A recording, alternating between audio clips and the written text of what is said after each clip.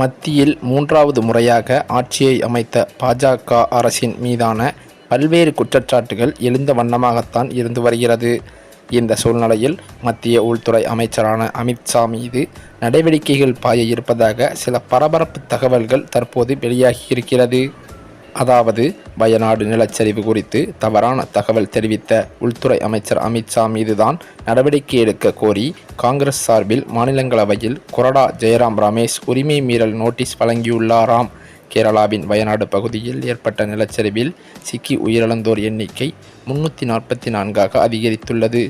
ஏராளமானோரை காணவில்லை என்பதால் உயிரிழப்பு 500ஐ தாண்டக்கூடும் என்று கேரள அரசு வட்டாரங்களும் தெரிவித்திருந்தன. இதுவரை பார்த்தால் 9328 பேர் மீட்கப்பட்டு நிவாரண முகாம்களில் தங்க வைக்கப்பட்டுள்ளனர். மீட்புப் பணிகள் முழு வீச்சிலும் நடந்து வருகிறது. இந்த சூழ்நிலையில் நிலச்சரிவு குறித்து மாநிலங்களவையில் பேசிய மத்திய உள்துறை அமைச்சர் அமித்ஷா, இந்த பேரிடர் ஏற்படுவதற்கு 7 நாட்கள் முன்னதாக ஜூலை 23 அன்று கேரள அரசுக்கு மத்திய அரசு முன்னெச்சரிக்கை செய்ததாகவும், இதன் பின் ஜூலை 24, 25 ஆகிய தேதிகளிலும் முன்னெச்சரிக்கை செய்ததாகவும் தெரிவித்திருந்தார். மேலும் 20 சென்டிமீட்டருக்கும் அதிகமாக கனமழை பெய்யக்கூடும் என்று, இதனால் நிலச்சரிவு ஏற்பட்டு உயிர் சேதமும் பொருள் சேதமும் ஏற்பட வாய்ப்பு அதிகமாக இருப்பதாகவும் ஜூலை 26 அன்று கேரள அரசிற்கு தெரிவிக்கப்பட்டது என்றும் அவர் கூறியிருந்தார். அதேபோல முன்னெச்சரிக்கைகள் மீது உரிய நடவடிக்கைகள் எடுக்கப்பட்டிருந்தால் இந்த நிலைமை ஏற்பட்டிருக்காது என்று அவர் கூறினார். முன்னெச்சரிக்கை நடவடிக்கைகளை பயன்படுத்தியதன் மூலம் பல மாநில அரசுகள் உயிரிழப்பு இல்லாத அல்லது ஓரளவு உயிரிழப்பு ஏற்படும் அளவிற்கு பற்றி தகவல் தெரிவித்ததாக அமித்ஷா கூறினார். ஒடிசா, குஜராத் ஆகியவற்றை இதற்கு உதாரணமாக அவர் குறிப்பிட்டிருந்தார்.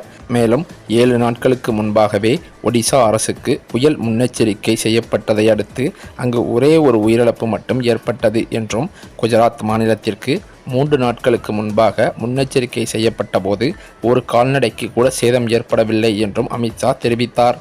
மேலும் இந்த நிலையில் வயநாடு நிலச்சரிவு குறித்து தவறான தகவல் தெரிவித்த உள்துறை அமைச்சர் அமித்ஷா மீது நடவடிக்கை எடுக்க கோரி காங்கிரஸ் சார்பில் மாநிலங்களவையில் கொறடா ஜெயராம் ரமேஷ் உரிமை மீறல் நோட்டீஸ் வழங்கியிருக்கிறார். கேரளாவுக்கு முன்கூட்டியே எச்சரிக்கை விடுக்கப்பட்டதாக பொய்யான தகவலை தெரிவித்து அவையை தவறாக வழிநடத்தி அவையின் கண்ணியத்தையே களங்கப்படுத்தியிருக்கிறார்.